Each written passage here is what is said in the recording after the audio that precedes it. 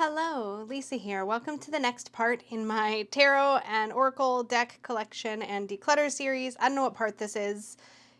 You'll see it in the title bar. Let's get into all of these decks. Oh my gosh, there are so many decks here. I don't even know where to begin, but we're just going to jump in and see where we end up. I'm just going to pull them, no particular order. So this is actually a shelf that I use a lot, but it's very overloaded. So I'm hoping the things that I have in this shelf I can spread out among a couple of my other, I keep saying shelf. It's not a shelf. It's a wall rack system where I hang these decks.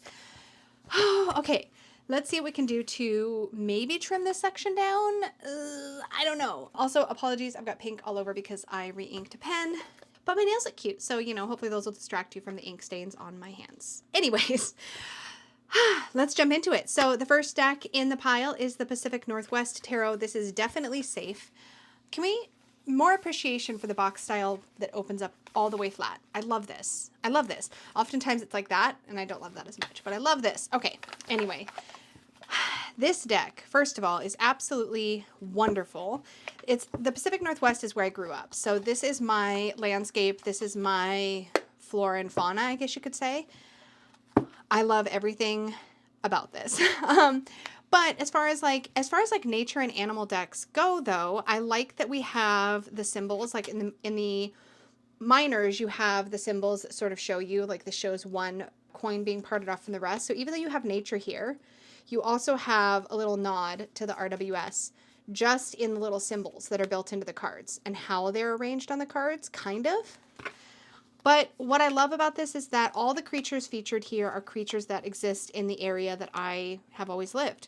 So there's a sort of connection to land I get through this deck, and I absolutely love it. Let's pull a card. Let's pull a card, and we will look at it in the guidebook. What do we want to use? We'll do Page of Cups because I love that card. So I just want to show you how the guidebook reads. So we have Page of Cups. So this one features walleye surf perch. Walleye surf perch. That's the fish in the Page of Cups card. So it says a dreamer, idealism, naivete, sensitivity, inner child, a moment or message of intuition. It says a silvery shimmer glints and glimmers underwater. It ripples and wobbles with the waves, breaking apart and reforming. Dive beneath the surface and you can see it more clearly, but still it darts and dances, like an impulse, like a feeling. You'll never catch it, never set a hook into its flesh, never hold it in your hands, so don't even try. Let it swim, observe its grace, see how it interacts with the rest of the school. Together they form a pattern, silently moving along complex paths. You can't often see them from above the surface, but they are as much a part of the ocean as the clamorous breaking waves above. It's written like to pull you into the card, if that makes sense. So it describes kind of what you're seeing or how you're experiencing what you're seeing. I just love it. I love the tactile feel of this deck as well. It's really nicely produced. So I have no complaints, but this is staying because of course it is a part of my, this would be, I would say if I had to pick one deck that was for my connection to land, it would be this one because this is the land that I grew up with. So Pacific Northwest Tarot is safe. We'll put that in the safe pile. All right, let's talk about my Dragony Tarots. Okay, so I have two, and do I need to? No, but they each serve, kind of hold a different energy for me. So this is the Llewellyn Dragon Tarot. I forget the creator's name. And then the one in the blue bag is the Smoke, Ash, and Embers Tarot by Three Trees Tarot. So this one is, if I had to just pick one, if I had to pick one and just keep one, it would be the Three Trees Tarot Dragon deck because I love the energy of it so much. I really do.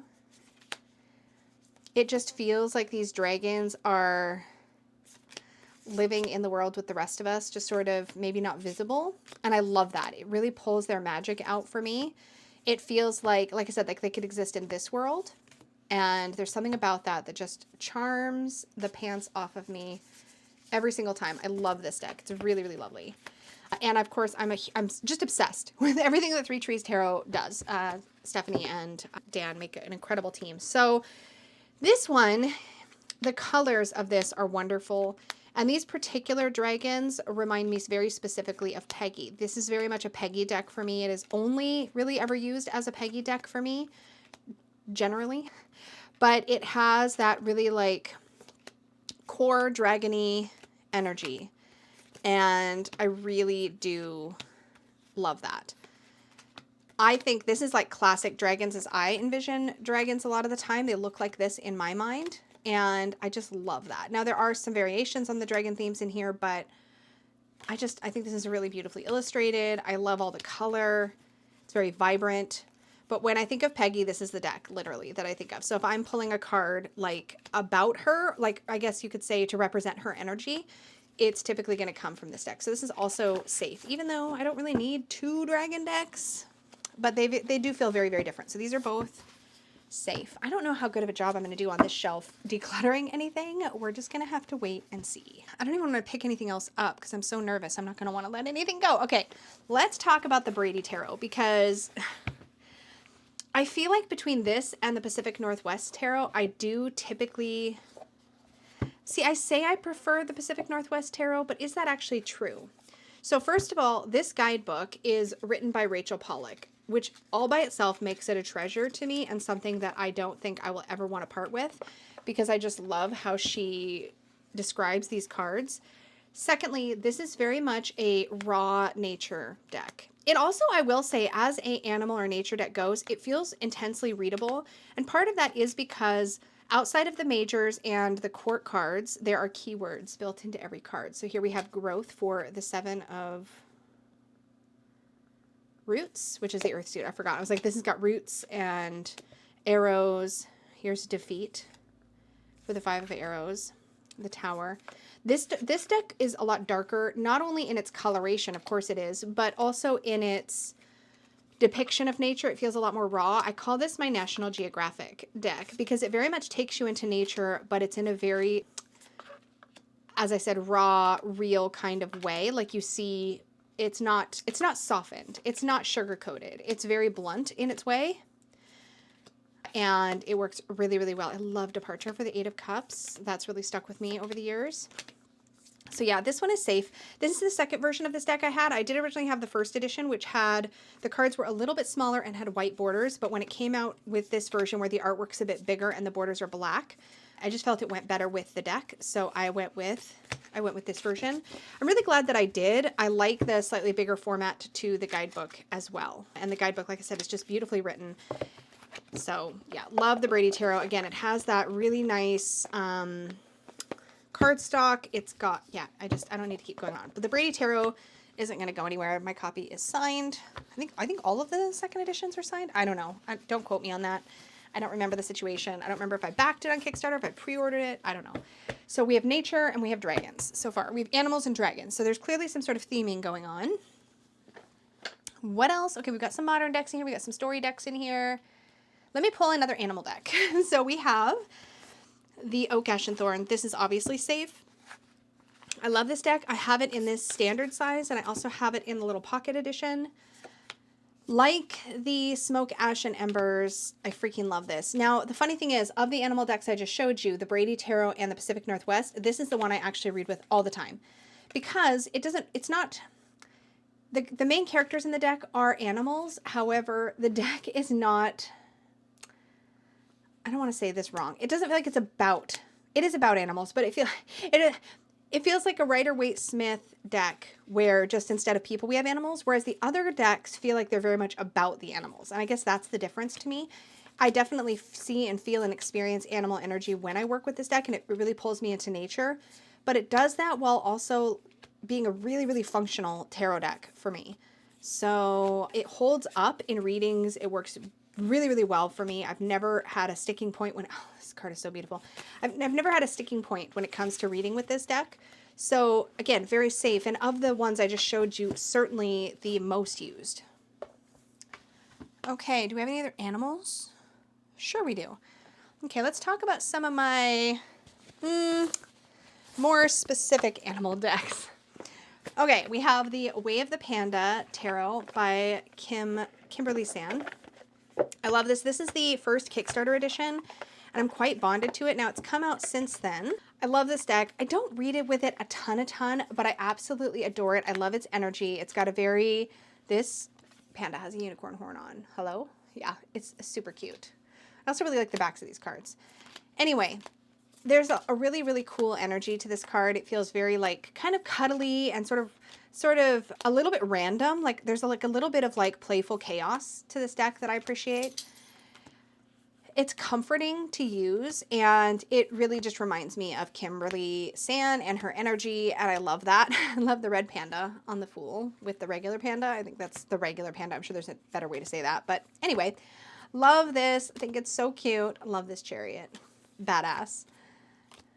Yeah, it very much reads really, really well. I don't reach for this a ton because I don't have a personal affiliation or affinity, I guess you could say, with pandas. But I'm so bonded to this deck because I love it and I love the personality in it. And it's really fun to work with this deck with Kim's Book of Pandas, which is a bigger, more expanded guidebook. There's some really cool stuff in there. So love the way of the panda. That one's safe. Man, okay, this deck has survived declutters, but I don't know if it should. The Terra Renard. I keep holding on to it, but I really truly don't use it. The art is so cute. It's got that storybook kind of feeling. It's all foxes. Oh, do we have reversals mixed in? We do. It's all foxes and it's really sweet. I do sometimes get confused with which card is which. So here I added the card notation with a Sharpie, which did make it easier because there's a couple of the court cards I kept getting tripped up on. So the pages are clearly pages. There's a P, which I duplicated for some reason. I don't know why. Probably just for consistency. And then with some of the others, let's see, I think it's the Knight and the King I used to always get messed up. Yeah, so this one is a King, so I have a K. And then on the Knights, I have a KN, so that I know whether it's, so I put it right down there. So I know whether it's a King. So there's the difference. So if it's a King, I have the big K. And if it's a Knight, I have the, oops, sorry, I'm covering it up. I have the KN, which does help. I never reach for this, but I also don't reach for pandas very much, and yet I do enjoy this deck when I use it. Oh, this 6 is literally everything. It's the Lovers. It's got numbers and letter coding instead of titles, I believe because the creator is French, so rather than choosing French or English or trying to do both, she went with, Celia Melville went with letters instead, which makes sense, right? This is such a cute card. It's an extra card. I've got reversals mixed in. I have used this in readings a few times, and it's read beautifully. So I'm not sure what my hesitation is. I just think this is one that I just am not going to ever reach for a ton. I'm just debating on whether I should let it go. But then I look at it, and I'm like, I don't want to, though. It's really cute. So I think this is one that I'm just going to keep. I think what I need to do in some cases is literally have some sort of like system for like dice roll or something to choose decks. So some of these ones I just don't think to reach for but do enjoy come into rotation more often. I do really love this. The Ace of Cups. Well, we managed to turn the whole thing around while I looked at it. All right, that is the Terra Renard. It's really, really cute. It's got a bit of a bow that it kind of came with, like a, what do you call that? Like a bow this direction as opposed to this direction. And this cardstock is like kind of weirdly stiff, but it has a good enough resistance and it does shuffle nicely. It's just a little bit. I've kind of broken it in, I feel like, because it doesn't feel as stiff as I remember. But then we went from this to a different deck that this creator created that is much squishier. So I do prefer this over that. But that is the Terra Renard.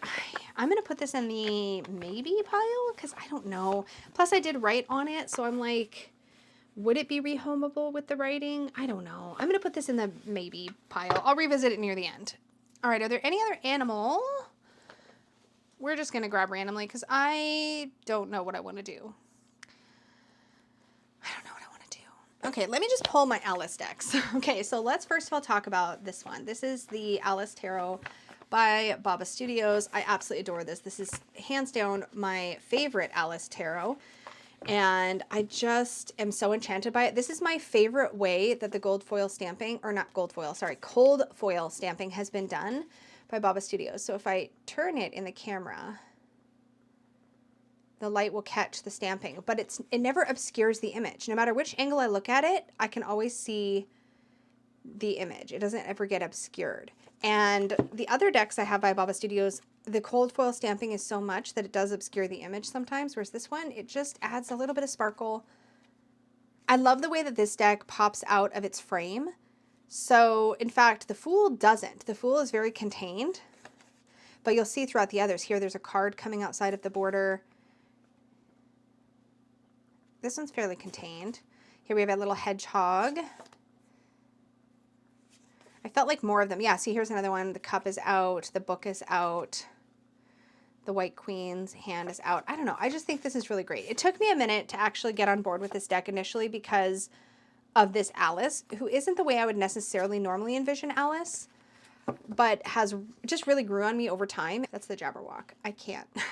Look at this card. Look at how even this one, which has tons of foiling on it, is still very, very visible, what you're looking at. It's a little hard to read the quote. It says, "Beware the Jabberwock, my son, the jaws that bite, the claws that catch." 7 of Cups, we're in the garden. Tweedledee and Tweedledum. It's just great. I love this one too, with the mouse's poem. It's pretty great. It's pretty great. I really enjoy it. Anyways, what was I saying? Oh yeah, the guidebook for this. The guidebook for this actually has an abridged version of the story with thumbnails for the cards in the story where they show up in the story. And that just charmed the pants off me, to be honest. This is my first Alice themed fabric bag that Peggy ever made for me. You can tell because it's got blue cords. This was before Peggy started doing everything in just black, but this one has, I've had this bag and this deck for a long time. This is definitely safe. That's a storybook one. The other Alice deck that I have is also incredible. This is really, really well done. This is the mass market. I forget what this is called. Alice in Tarotland or Tarot in Alice Land. I forget. It might be called Tarot in Wonderland. This is the Barbara Moore Alice in Wonderland Tarot, and this is very, very well done. And this is has the thickest Llewellyn guidebook of all of my Llewellyn decks. Very well researched, lots of detail on the cards that explain to you like the inspiration for the card or where it falls in the story, so you're not lost. Both of these decks are based on Alice in Wonderland as told in the original books, not necessarily the movie. And I like that because it gives it a cohesive theme, and there's usually, I feel like there's some deeper, richer themes in the books that don't quite get explored in the movie, or movies, I should say. But it also depends which ones we're talking about, because I feel like the ones with Johnny Depp did a pretty good job. But anyway, this is really, really good. I really like this, and the guidebook's incredible. Plus, I'm a huge Barbara Moore fan, so this one also has to stay. Yeah, I'm not doing a very good job here, y'all. But I knew this was going to happen, because this is a rack filled with things that I really love. There's some things I don't reach for a lot, but nothing yet that I want to like let go of. Okay, sure. What are we? Okay, let's talk about this one. So this has got, I have a bit of a theme. So I have my nature decks, my nature and animal decks. That was, Alice goes in the pile with my story or my story decks. This one is it's the second time I've had this deck. This is the Northern Animal Tarot. And this one is the version that's on linen cardstock. I don't know if this is a 4th. I forget which edition this is. I don't know what my issue is with this deck, but I don't ever reach for it. And I wonder if, so it's got a bit of it's anthropomorphized animals, for one, which I actually think is really fun. I love the qualities of this deck, but I think that whenever I want this energy, I reach for the Tarot of Curious Creatures instead. And then this one ends up neglected, but it is so dang cute. It's very colorful. I believe the first edition of this deck was much darker in tone. But here's my thing. I really love this art style. I love how whimsical and charming and fun it is. But I think it's this specific deck that I just can't seem to bond with. Because like I said, I think it kind of falls in this space between the Oak, Ash, and Thorn Tarot and the Tarot of Curious Creatures. So I tend to reach for, I love this Lover's card so much. I tend to reach for those two decks before I will reach for this one. Even though this art style has absolutely charmed the pants off of me, which is why I repurchased it. But again, I never ever reach for it. However, this same creator earlier this year or late last year, I can't remember when, created a Kickstarter for another deck in this style based on fantasy creatures, so unicorns and dragons and that sort of thing. And I backed that one in a snap. And I think that's going to be the one that from this artist really connects for me. Because I think, like I said, this one just ends up falling specifically between the Tarot of Curious Creatures and the Oak, Ash, and Thorn. And so it just ends up always falling by the wayside because I just love those two decks so much. And this seems to do the same thing that those do for me in a slightly different way. Like this is the middle between those. This is the point on the scale between. So I think this one I can probably let go of because I have that fantasy creature one coming from the creator. In fact, I just filled out the survey for it, so it's sort of fresh in my mind. So I'm going to set this aside in the probably going pile, and we'll revisit that. All right, in here I have the Earth Wisdom Oracle, which is paired. I've got this, I don't usually keep oracles on this rack, but I have the Earth Wisdom Oracle paired with the Tarot of a Witch's Garden, which I think I did in an earlier part of this collection series. So I've already covered, I think I covered this. I don't think I covered this. But anyways, the Tarot of a Witch's Garden is an incredible deck. This is by Sasha Graham. And I forget the artist's name. I'm so sorry, but the art is absolutely spectacular. So I will have links to all the decks down below. This deck is going nowhere. I absolutely love this deck. It's also the first one Llewellyn put out with a linen finish, which is really nice. It gives it just a bit more shuffleability. It does make it feel a little more delicate in a way, but it shuffles really nice. I just really love this deck so much. It's gorgeous. We did a deck study of this one in my membership, in my channel membership, and I just loved really taking the time to get to know it. I bonded with it really well. I love all these depictions. I love the entire vibe of this. So this is very nature oriented, but still like in the world, like it's not removed from nature. It's kind of in it. It doesn't entirely feel fairy tale like, but it feels like it takes me to a similar place as like a fairy tale deck. And I have this one paired up in kind of a perma pair, a perfect pair, I guess you could say, with Barbara Moore's Earth Wisdom Oracle. And I just think these decks work really well together. I'm really excited to play with them more. So I'm pretty sure I paired them earlier when I got the Earth Wisdom in my Oracle, when I was working through my Oracle shelf. And I'm just really excited to have these paired up and to work with them together. And I'm tempted to put them on my favorites rack, but my favorites rack is kind of full at the moment. So yeah, that's where we're at. But I just think these make a gorgeous pair, and their backs also pair nicely. So really love that. So this is safe. Both of these are safe. So we have the Tarot of the Witch's Garden and the Earth Wisdom Oracle. How perfect are these bags for these decks? Just perfect. Okay. What's next? I'm just going to grab. All right. Okay, so the little odd, I've got some peoply decks. We'll do some peoply decks next. Okay, the little odd tarot.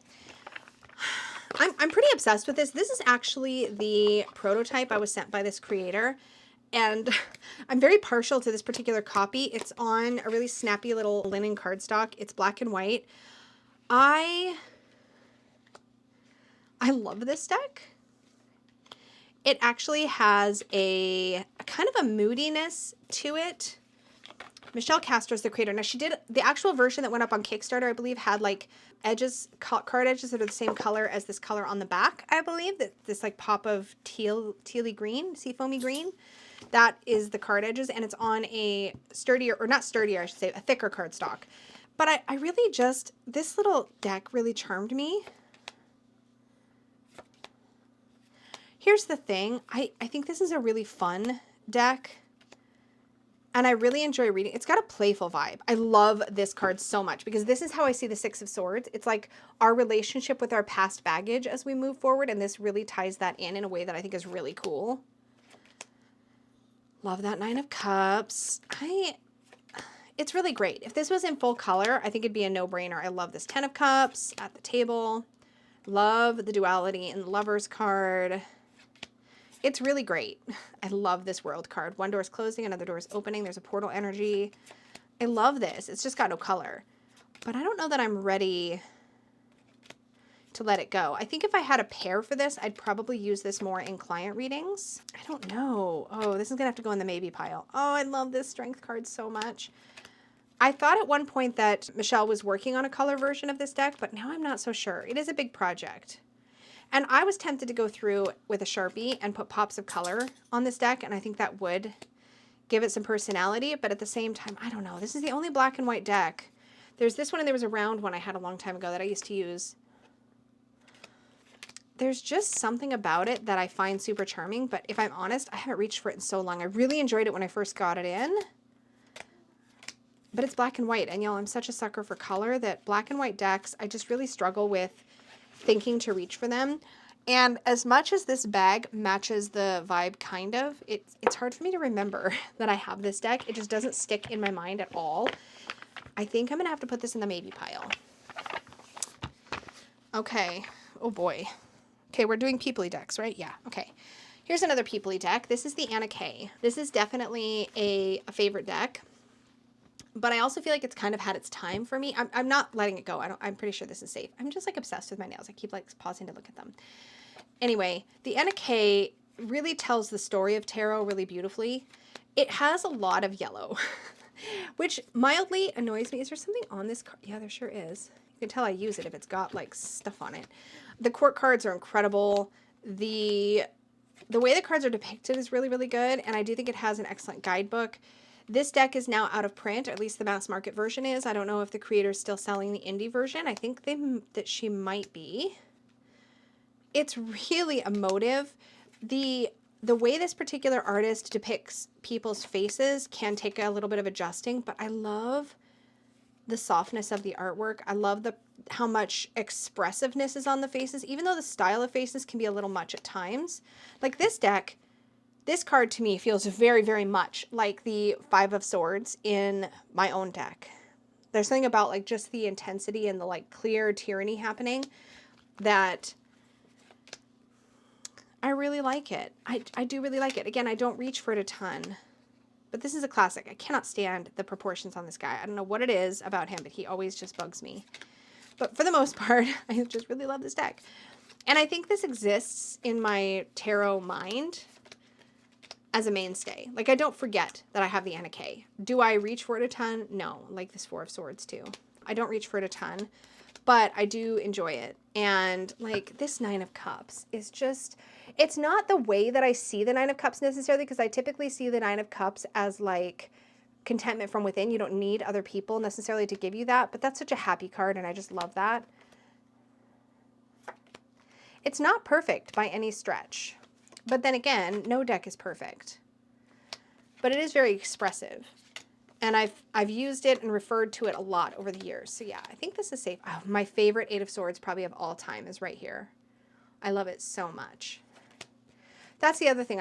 If I ever sat down and figured out which decks had my favorite cards, gosh, that would be such a big project. I've been asked to do it over the years, but y'all, I don't know if I can bring myself to do that. Anyways, the anay is safe. I'm going to put this with my more peoply, sort of storybook peoply decks. We're really not making a lot of progress. All right. Okay, let's look at a Rider-Waite-Smith clone. This is the Spring Weight by, I think it's Collect Tarot or Tarot, does it say? Tarot Collectibles. This bag is oddly proportioned. Like, it's so long.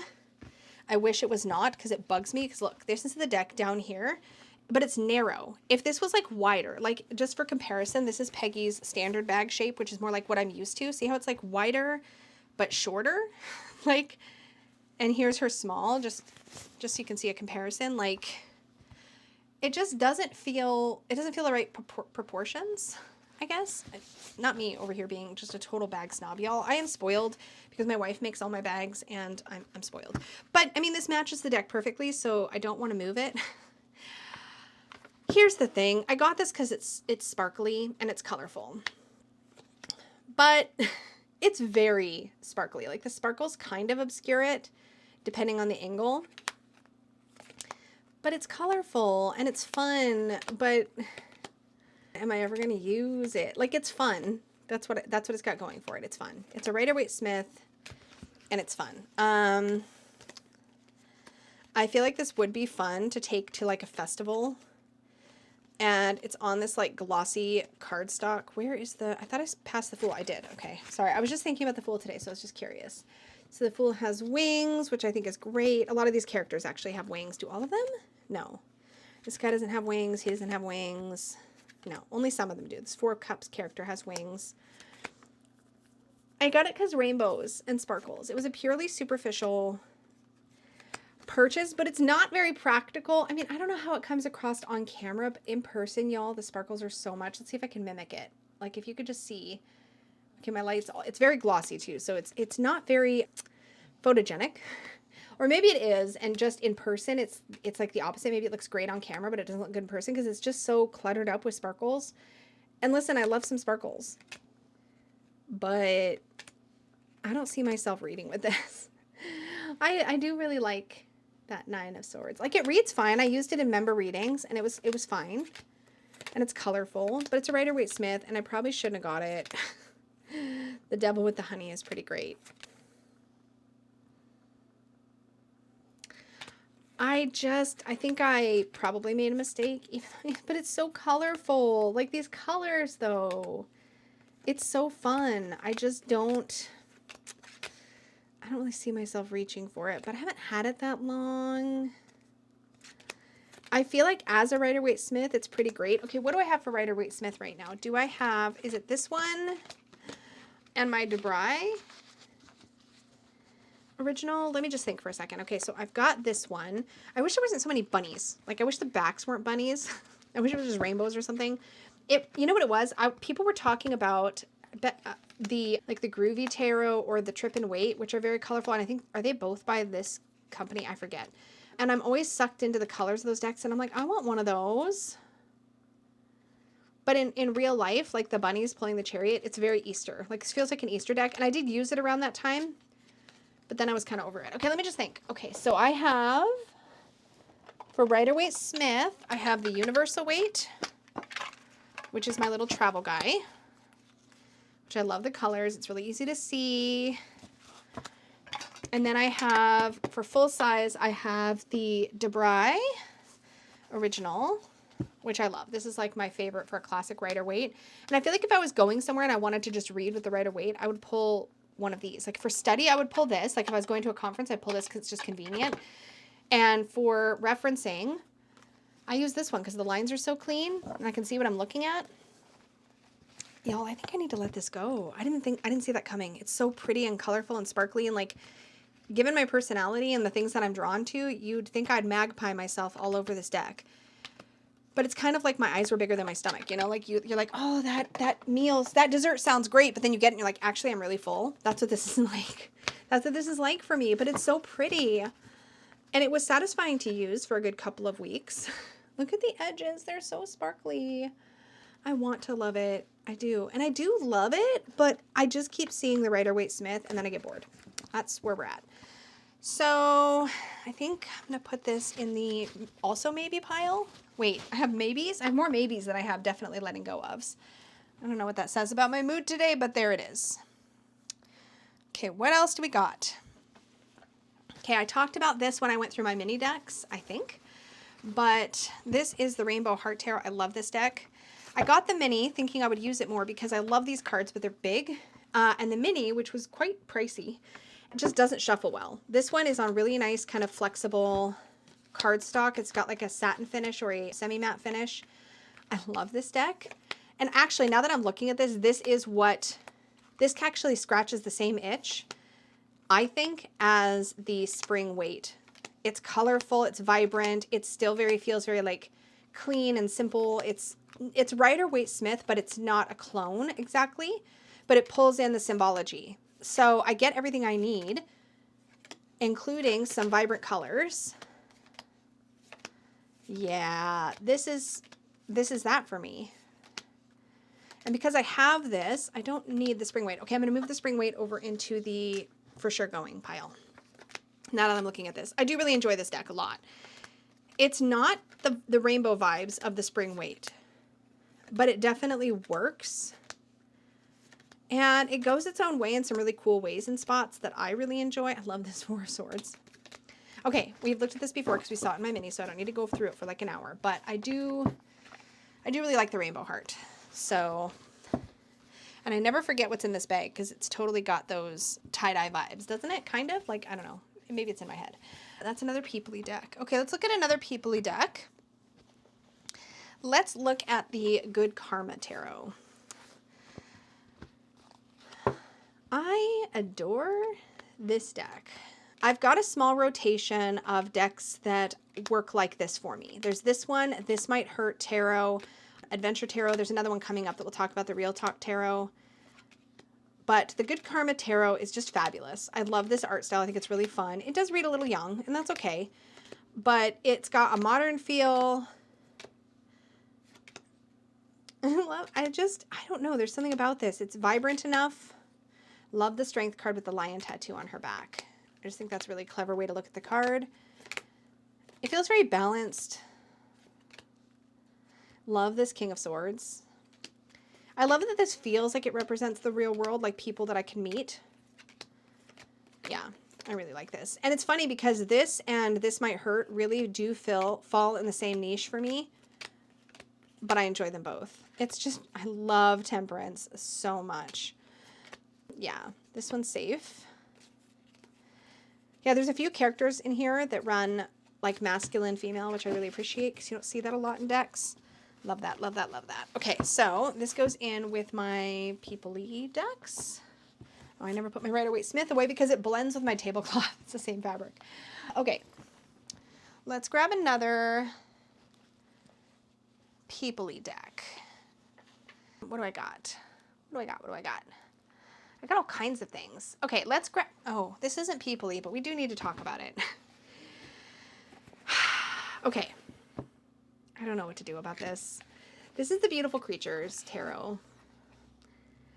I can't with this deck. Oh my gosh. I'm so frustrated about this deck because I love Jasmine Beckett Griffith's artwork. But every time I try to work with it in a tarot sense, it just, something happens and it just falls completely flat for me. And I adore this artwork. This artwork is a mainstay. Like, it's something I grew up around. I guess you could say it was very popular in the circles I ran in, especially in my early, like late teens, early 20s. This was everywhere. But it just, I just can't. And I think part of it is it's a curated art deck. I love Jasmine Beckett Griffith's art in the Alice Oracle. So I do still have some of it in my collection. But I find that these decks, I don't know. I think it's something about the fact that the faces all kind of feel like they have the same sort of expression for, even though they don't. They don't. The faces do vary in the emotion that they convey, but they do feel similar enough that I look at these decks and I just feel nothing. Plus, some of the cards have like a different art style. Like, these are clearly two different phases in Jasmine Beckett Griffith's artistic journey, right? Like, these ones have this very like sort of deeper shadows, like a different kind of skin tone, is in like how it was done versus that style. And it pulls me out of the deck when I see that. So yeah. Yeah, here's another one. This one kind of has its own style, but it's not the same style as this, which gives it, I just realized that's what it is with this deck. And with a lot of the decks, is that this one feels more, the art style's inconsistent. And that makes it feel like a collab deck, even though it's all by Jasmine Beckett Griffith. Because when I look at, I'm just going to pull this for reference. When I look at the Alice Oracle, which we went through in an earlier part, this art was, as I recall, see, this does the same thing though, but it doesn't bother me. Why? Probably because the theme helps me overlook. Because that definitely is a different art style than that. So clearly, it's just a bias for me. It's just a specific bias, and I can't seem to get past it because I also have the Fairy Tale Oracle by Jasmine Beckett Griffith. And here's the thing. This one's a Lucy Cavendish. I pulled this in a recent Oracle part of my collection and was going to try it as a bedtime deck. I did, and it fell completely flat. So I think this one's going to, even though this was covered in an earlier video, this is being added to the declutter pile. So I think it's just that the Alice one works because it's Alice, and actually I've got another Alice Oracle that I've pre-ordered. I moved this to this rack so I'd remember to revisit it, actually. So this is going to go in the to-go pile, the Fairy Tale Oracle. And so is Beautiful Creatures. I repurchased this deck because I felt like I wanted the Brady energy of this deck back in my collection. But it just, I have not been the least bit excited to reach for it, motivated to reach for it, even though I had repurchased it. So this one's going to go for the second time. Maybe I'll learn my lesson this time. We'll see. Alrighty, what else do we got here? Let's talk about another modern deck. This is the Real Talk Tarot. Okay, so here's the story with this. I got this in Portland last year, I believe. It was a bit of an impulse buy. Packaging really leaves something to be desired, but it does the job, I guess. Okay. This is a very inexpensive deck. It works really well. I think the thing with this deck is it feels like work to me in the sense that this deck feels like it definitely covers the work part of social media in a way. Like it definitely feels like it speaks to specifically our social media world. Like look at the Eight of Pentacles. She's literally making a makeup video for YouTube. There's a GoFundMe or yeah, that's like a GoFundMe situation for the Six of Pentacles. This feels very tapped in to social media, which is really, really, really interesting. And there was a period of my life, obviously, that this was speaking to because of the social media aspect of it. It really is all about, to me, like this feels like an Instagram worthy image and kind of the ways in which we hold ourselves to that standard, which is really cool and a perspective that we don't get often. I just really enjoyed working with this, but I feel like this was definitely a season deck, not a lifetime deck for me. It really spoke to the space I was in at the time, and it makes sense because actually, I think this was last spring I picked this up. I was in a place of sort of not realizing I was headed in the direction of some burnout with my YouTube channel, and that kind of culminated for me in January. As some of you know, I took a bit of a break and refreshed and came at it with a better perspective, but this sort of, I feel like, made me feel seen in a way that other decks just hadn't in that regard, and I really appreciated that about it, and it's really fun. But if I'm being honest, I don't, unlike the Good Karma Tarot and the This Might Hurt Tarot, this is modern, but it feels very specifically about social media, and I don't think I need a tarot that does that. Now, the cards feel that way, but the guidebook has some really good practical information and advice in it, and I think it's really well done guidebook as far as having a conversational tone and like feeling approachable in our current life. I think that makes it really cool. But if I'm being honest, I think this one can go. It just doesn't feel like it's for me right now in the space that I'm in. So I think that can go. I'm going to repurpose this bag though, because Peggy fussy cut this one for me so that I would have this unicorn in the center. So maybe what I'll do for a while is keep my unicorn's journey or something in here, because I really do love this bag. I'm going to set that aside for that maybe. Okay. So this can go in the to be rehomed piles. Okay. That brings us to this one. Okay, this one's kind of, this one's kind of up against another one, and I knew that when I got them, so let me show them both. This is the Ethereal Visions Tarot, the Luna edition, and this is the Fedor Pavlov. Okay. I knew this, and I talked about this when I got these both in at around the same time. I don't think I've ever really worked with this guidebook. I don't know why, but I haven't. So the Ethereal Visions Luna it's definitely my Ethereal Visions Tarot. I had the older version that was more golden. I think the foiling was golden. This one has silver rainbow holographic foil, which I absolutely love and satisfies my desire for bling, I guess you could say. It's so pretty and flashy. This is another magpie deck for me. I think I got it because it was sparkly. There's one or two cards in here that I absolutely love, which had me all excited when I got the deck. Let me see if I can find them. Because again, whenever I see any representation of more masculine female characters, I get kind of excited, and it definitely causes me to lose my objectivity about a deck for sure. And I just want to collect them all. But in reality, I don't really reach for this. It's a little too, I don't know if I want to say elegant. It's a little too refined, perfected. There's one. Okay, so the Knight of Pentacles, love her. And there's another one as well. There she is, the Ten of Cups. I love them both so much. I love them both so much. That's the only two spots, really. And those cards caused me to lose my objectivity, because that and the frickin' silver rainbow holographic foil, which I am obsessed with. I have a thing for this kind of foiling. Like, it's beautiful. But in truth, whenever I think of a deck like this, I'm reaching for Fedor Pavlov. So we'll talk about that one next. But I think this one can go. So I'm going to pop this one over into my can be rehomed pile, probably. And we'll revisit those at the end, and I'll just make sure I'm happy with my decisions. Let's talk about Fedor Pavlov. By the way, any decks that I decide to let go of, just as a reminder, I'm not letting go of them right now. I'm not going to remember if you tell me right now that you want it. I'm sorry. I'm terrible about that. But when I eventually do let things go, if it's not mass market, it will, and if it's obviously still in print, and if it's still in print and it's mass market, I typically don't rehome those, because by the time someone pays for shipping from Canada, they could just get a new copy for themselves. If it is out of print or it's indie, I will typically, for the most part, list those in the Supportive Tarot Facebook group in the Tarot Trade Tuesday post.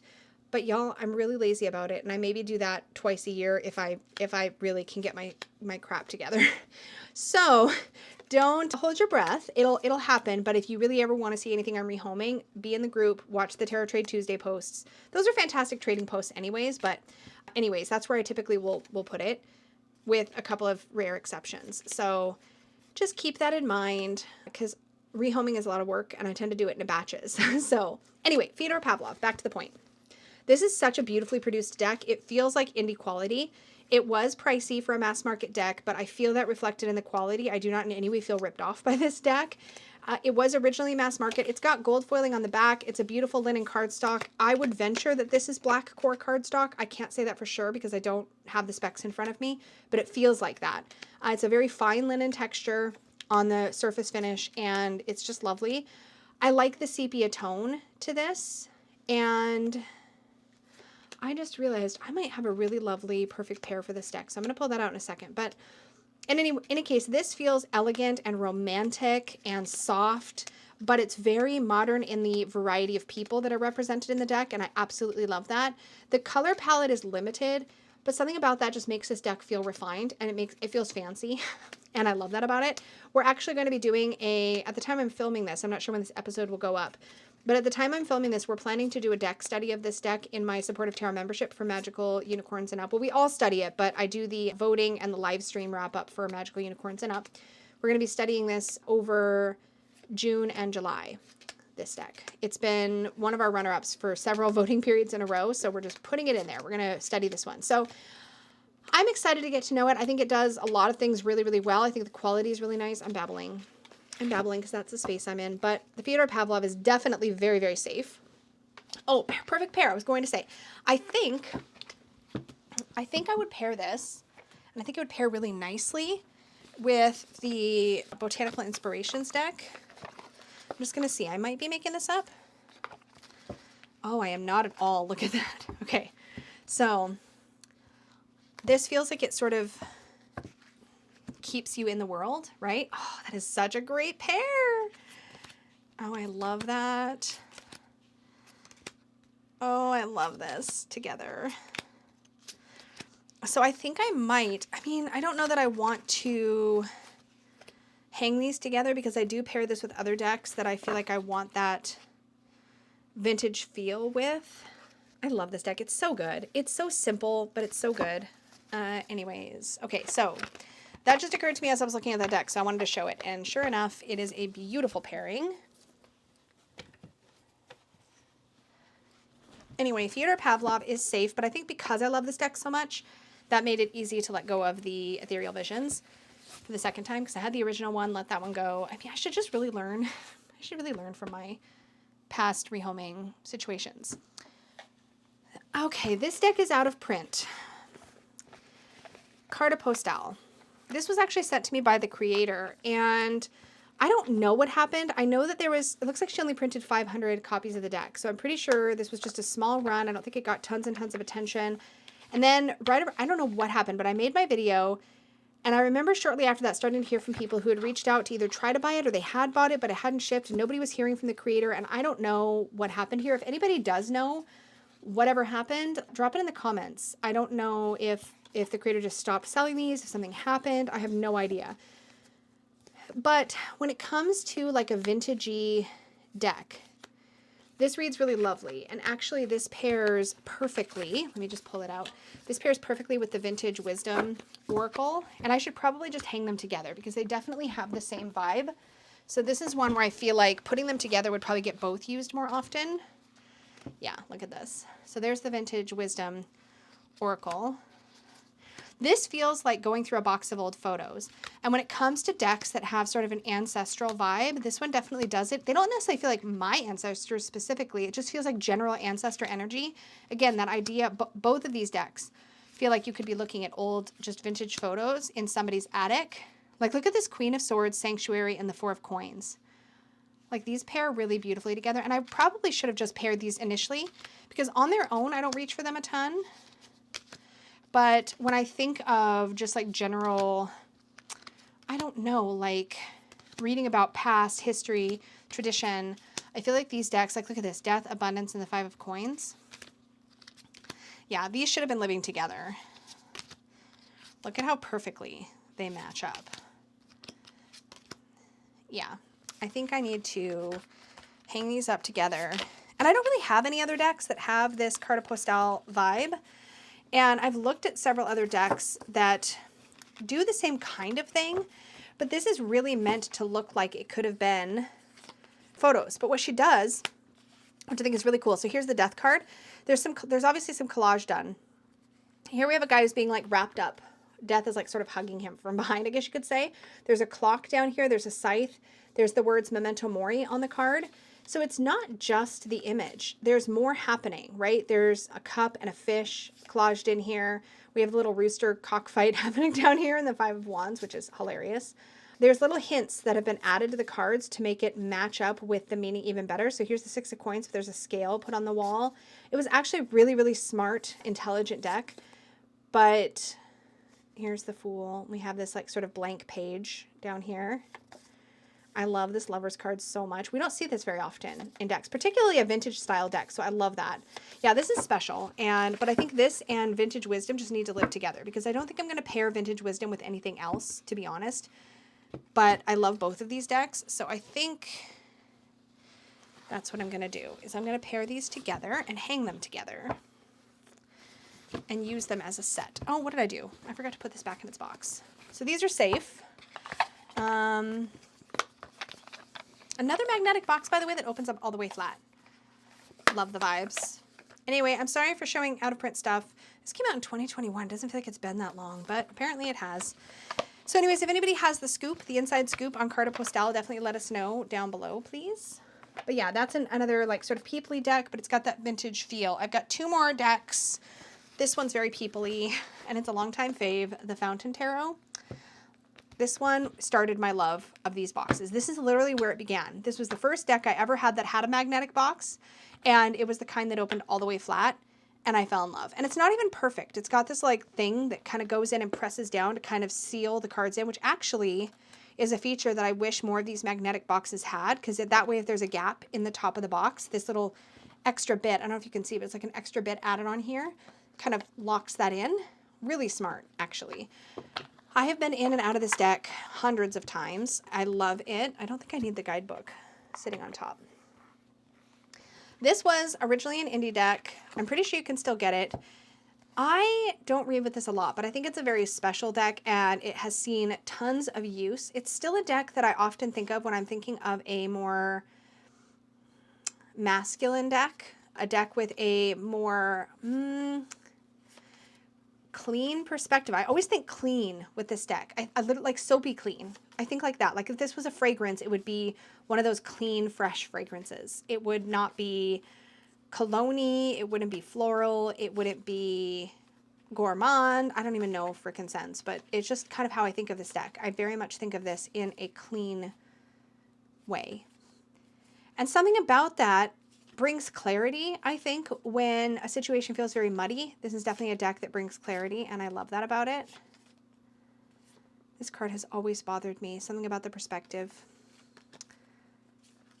But I do love it. It's so unique, and it's a huge part of my personal tarot story. I don't reach for it for a ton anymore, but as far as tarot goes, this is definitely one that I've had a long time. I'll continue to have a long time, and you can tell the age by the bag. This is, again, just a fun piece of fabric that Peggy and I found the one day and corded it. I put little pony beads on it. This is like in the very beginning when she was first making bags for me. I don't even think this fabric lives anywhere else, but it was my Fountain Tarot bag, and that's why we got it, and that's what I put in it, and that's how it's been ever since. And I do love it. So yeah, that's another peoply deck. I've only got one more left. And this one's safe for the sheer point that I have not really bonded with it yet, but I want to, and I haven't had the time to really just dedicate to just this deck. By the way, this fabric is just the perfect match to me. It just pulls in this peachy color. It pulls in the pinks, the teal. I don't know, it just works really well. The She-Wolf Tarot is... It's a thothy deck, but it's a very empowered deck, but it's weird. Like, if I'm being honest, it's weird. It's very weird. But there's something about it that just, it does something. It does something. It's got that, it's got an empowerment to it. Like, let's look at a guidebook entry so that we can see what I'm referring to. So might as well just do this Two of Swords here. So there's the Two of Swords. Where did I put the guidebook? Oh, there it is. So Two of Swords. So Moon in Libra, and it says key decision, analyzing difficulty going one way or the other, path. So it says, within the tall columns of the Temple of Karnak in ancient Egypt, a winged woman walks tentatively, covering her eyes. The large columns represent ideas or influences that need tending to. They guide her down a straight passage, describing the potential linear nature of her self-analysis. Her wings suggest that she will find lightness and direction if only she opens her eyes. So in the light, it says, decisions. Some ideas have been put forth, and now there are some things on the table that need our intellect and will behind them. We have the ability to mold things how we like, but it may not be as fluid as we imagined. When we receive this card, we're being asked to put our power of analysis to use. Make lists, charts, spreadsheets. Oh, she's speaking my speak. Talk to friends, bounce ideas off of whoever is trustworthy and will listen. Perhaps there are a lot of factors to consider, and each has their own enticing set of offerings. It's time to distill down to the aspects that are most important. In the shadow, we may be getting lost inside the pressure to make important decisions. Perhaps our mental space is feeling disorganized and chaotic.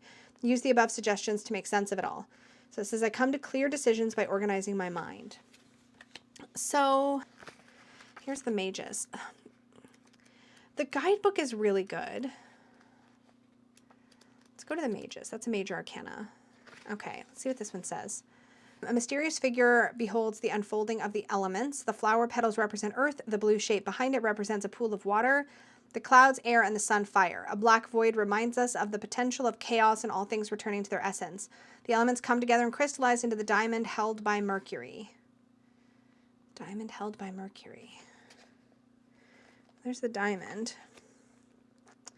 Light. So this is the question that comes to the Magus is, you have the power, how will you use it? There are plenty of negative examples of ill use of power in our world. Corporations, government, misguided souls, all taking advantage of others and growing their ego centers. With the light meaning of this card, we're deciding daily to work against that grain and use our creative power for the benefit of all beings. We give and we create to see a better world and better relationships all around us. It is the best possible use of our energies.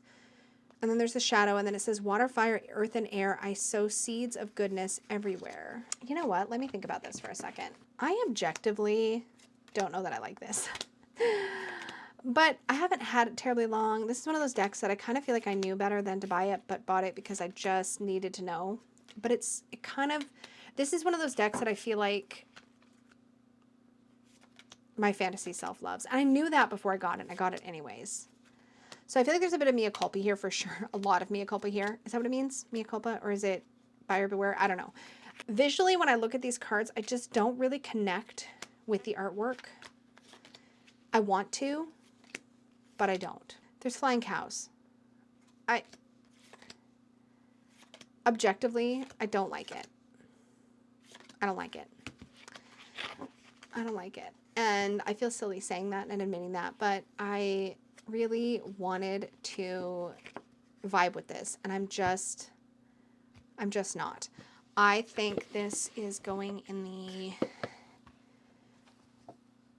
purgatory pile, or at least in the, well, purgatory just means it's going to sit there, and then if I miss it or I feel like I'm needing it for something, I have it to pull back out. So yeah. All right, I've been filming for a little over an hour, but let's take a look at the decks that I'm pretty sure are going to go into purgatory. So we have the She-Wolf, the Real Talk Tarot, the Spring Wait. This one hurts my heart a bit. It is so sparkly and pretty. Do I want to let this go for real, though? Yeah, I think I do. I think I do. But it matches my nails, though. No, I do. The Bird Bath for the Ace of Cups is pretty great. Like, it's not entirely a Rider-Waite-Smith clone, because obviously a Bird Bath is not what we see in the traditional Rider-Waite-Smith. It's kind of hurting me a little bit, but I think that needs to go. I do think that needs to go. Okay, so that's going. Okay, let's just to make this easier, I'm going to pull these out of their bags. So we have the Luna Edition Ethereal Visions. This one can stay in its bag because it's a branded bag. This one's going to stay in its bag because I have such a perfect match for this, and I'm not 100% sure if this is just a not for right now deck, or if this is a, like, this may come out of purgatory. I have like a funny feeling about it. So I'm going to keep that in its bag for now. This one is going to stay in its bag because I just don't have its box handy. This is the Beautiful Creatures. That's going to go. This bag I'm definitely keeping. It is a fairy tale situation. There's a unicorn and fairies, and I love this bag. So this bag is not going anywhere. I'm going to repurpose that. But the fairy tale tarot is going for sure. Okay, and then we have Northern Animals. Yeah, this one can go. Okay, we had 2 maybes, so let's look at those. See, I was worried I wasn't going to let anything go, and I've got like a nice pile here. Okay, little odd. If I'm being real with myself, I don't think I'll reach for this just because it's black and white. I knew that about myself, but it's such a good little deck. It's such a good little deck. So this one, I might as well take it out of its bag. That one can go in this pile. Tarot Renard, I don't think I am ready. I'm just not inspired by this deck. It doesn't, I feel like nothing. And I love the art. It's so sweet. But I don't think this one is for me. And I've written on it, so there's that. So I don't know if I'll be able to get that off of the cards. So we'll have to see. But I think this one's gonna, I think I'm gonna purgatory. I think I'm gonna purgatory it. And then we'll see where we end up. So the Tarot Renard is going into purgatory. It's going to stay with its bag because it's a fox bag, and like it couldn't be more perfect. Okay, so that's 1, 2. This was actually from a prior video, but we'll count it. 3, 4, 5, 6, 7, 8, 9 decks going, and 1, 2, 3, 4, 5, 6, 7, 8, 11, 12, 13, 14, 15, 16 staying. That's actually really good, and I thought I wasn't going to be able to let anything go out of this pile, so I think I did pretty good. Thank you so much for hanging out with me for this part of my deck collection series. I will see you in the next one. Until then, may your magic always shine from the inside out. Bye!